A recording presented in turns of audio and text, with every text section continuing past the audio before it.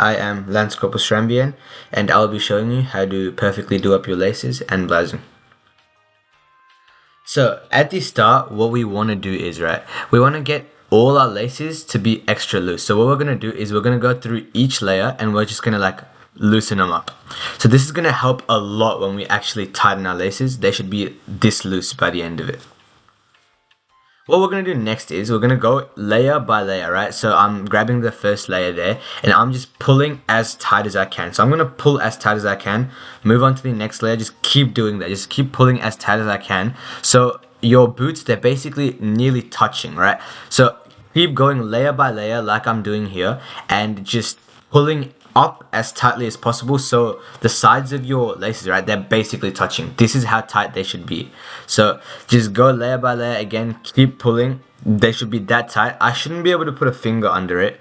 That's the general rule. And yeah, I just go layer by layer, keep pulling. And while I'm doing this, I should just remember not to lose any tension, to maintain tension, right, before I go on to the next lace. Because as soon as I lose tension, none of this is going to be tight anymore. So after I've done all the layers at the top, obviously I'm just going to tie it off like your normal shoelace. And after I've tied it off, yeah, they should be this tight. Alright. By the end, you should have your boots look like this. The laces should be this tight. So again, I shouldn't be able to put a single finger under your lace. It should be that tight. What you're going to do next is you're going to take your laces at the top, you're going to take that extra laces and you're just going to tuck it into your boot. So like I'm doing here, you're just going to tuck all that extra lace into your boot. So you should have no excess out, you should have no excess showing, and it should be like this.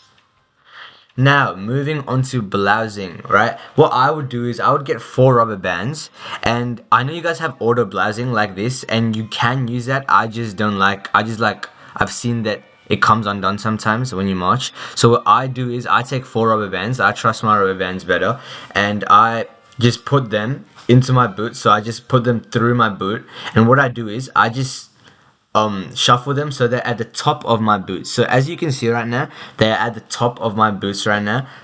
And what I'm gonna do next is I'm just gonna pull down as much fabric as possible. Just keep pulling down, and I'm gonna bend my knees so I can tuck in more fabric. And what I'm gonna do is I'm just gonna tuck in all that fabric under my rubber bands.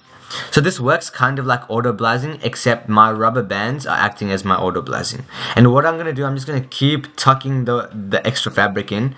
So don't forget to do your back too. That's a common mistake, not doing the back of your boot. So tuck in all that fabric, and I'm going to keep bending my knees, keep pulling down fabric so I can tuck that in. It should be extremely tight by the end of it.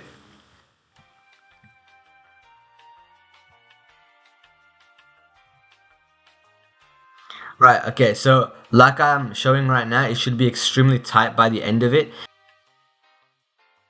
Now by the end, it should be looking like this. It should be this tight. When I pull up, barely any should be coming up. Alright, just a final little checklist here. So my laces should be looking like this by the end. They should be extremely tight.